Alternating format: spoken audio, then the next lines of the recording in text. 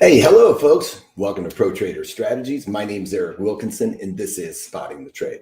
I'm going to try and get you what you folks need to know before you roll, and that's going to start out with talking about the economic data, see how that impacts markets with some market analysis, maybe sprinkle in some geopolitical fodder to round off that analysis, and then talk about some option strategies we could implement into a portfolio based on the assumptions we come up with in our market analysis. All right, so before you go, smash that like button for me, and don't forget to hit the subscribe.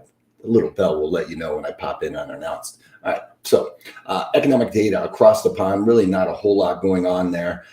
We have had a lot of Fed governors here in the United States speaking. Yesterday, we had Williams speaking. We have Bullard speaking. We even had Bernanke speaking yesterday, who's not a Fed governor right now, but he is the former head of the Fed, talking about, yes, stagflation. He thinks that that is probably the most likely scenario of this type of environment we're in right now going forward. That said, I said that 10 years ago, that we would finally start to see this when we start to unwind this Fed action. That's really what we're starting to see. And I think Bernanke's onto something there. One thing that we're also seeing with that inflationary numbers, we're seeing crude oil. We can see it moving higher today. If I throw up a chart there, let's go to that one so you can see it bigger.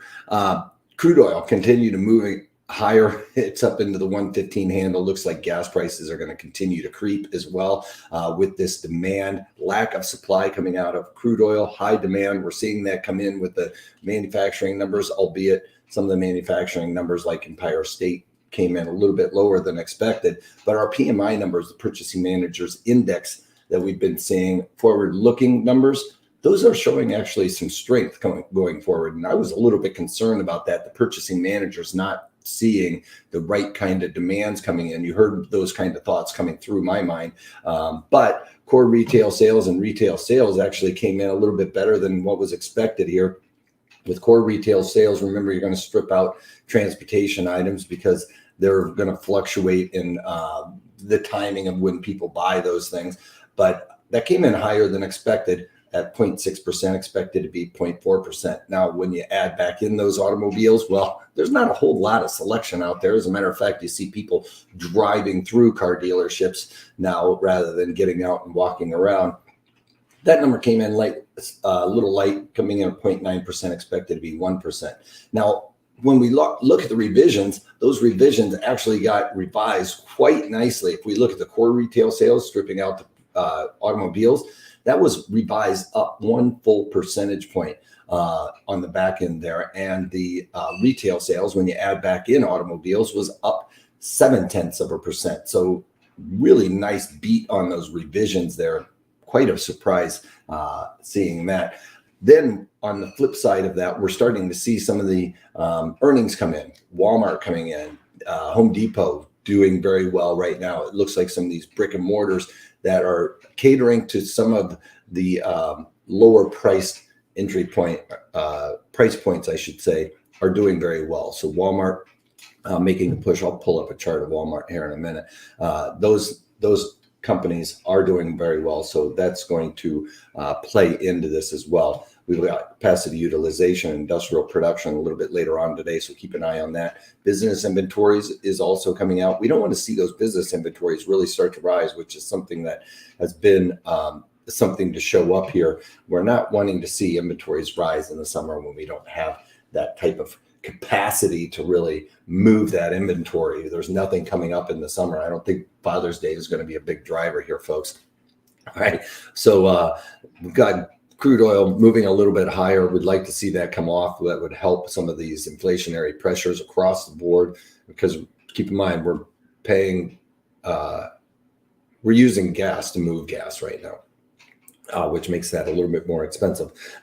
We got bonds starting to finally roll over. I told you folks, anytime you get a rip in these bonds, that's the time to start looking to sell covered calls against your bond portfolio.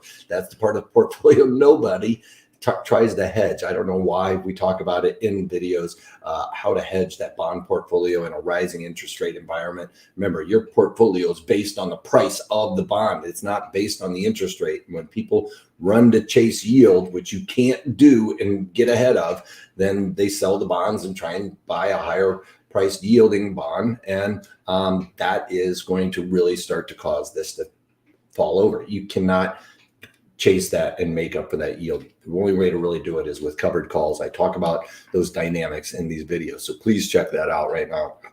All right, Bitcoin, not really the staying. It's not really the retainer of value like we were hoping here. So I would stay away from that this time. Just keep an eye on NVIDIA. I'd play NVIDIA based on what you think Bitcoin's going to be doing.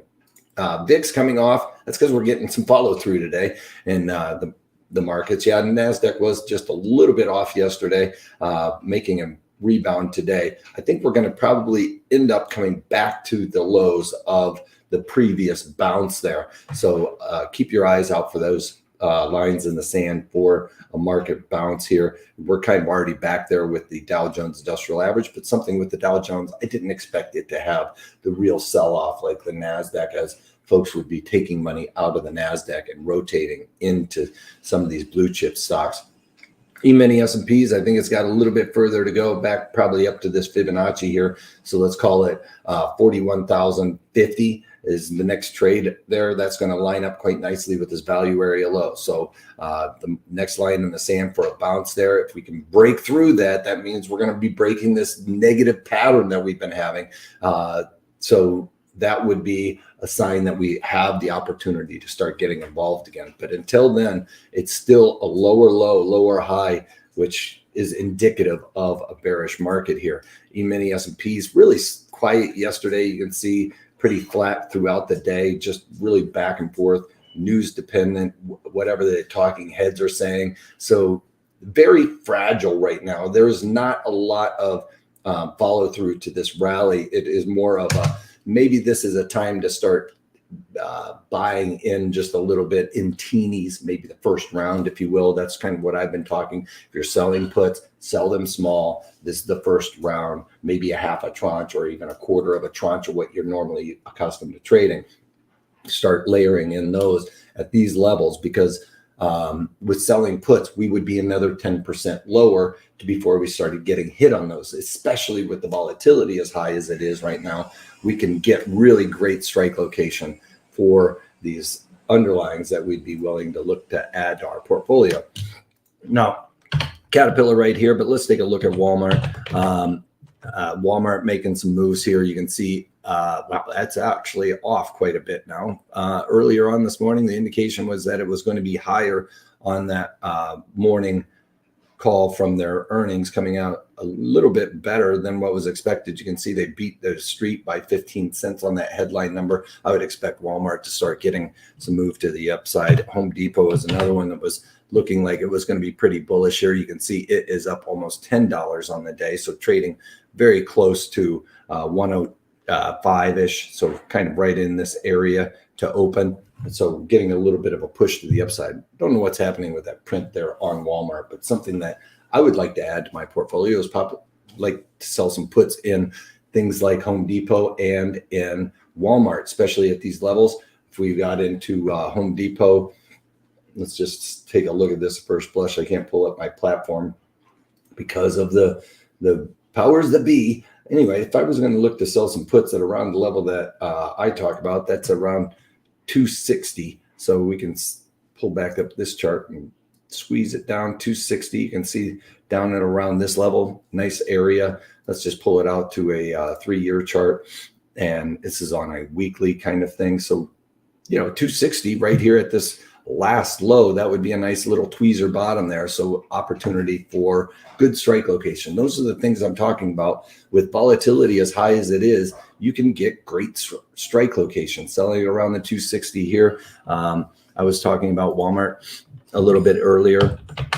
Walmart, surprising that it's showing that it's coming off at around this point of control where the most time and volume has been spent. So if something like that's happening, we could end up looking at strike location somewhere at around this 130 area. So another Fibonacci support level that we could be adding in Walmart at very key levels here. So as you can see, that would be at the bottom of some of the sideways move that we've been getting. So when you're selling puts, despite the fact that the market's in a bullish move, found a little bit of a bottom here, but we can see that that's getting broken by this opening on their beat for earnings. So that's an opportunity as far as I'm concerned. So if I could get in and around this 130 level to start selling some puts off this open, that's what I'm going to look to do today. And if the market continues to sell off, I think Walmart's a great stock to be adding to a portfolio. Yeah, it's not one of those sexy high flyers, but the fact of the matter is it's a great stock to layer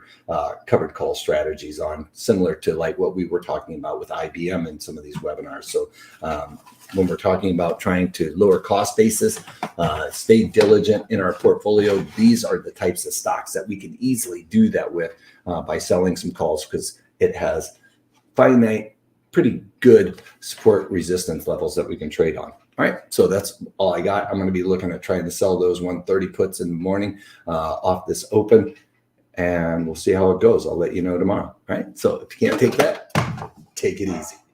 Bye for now.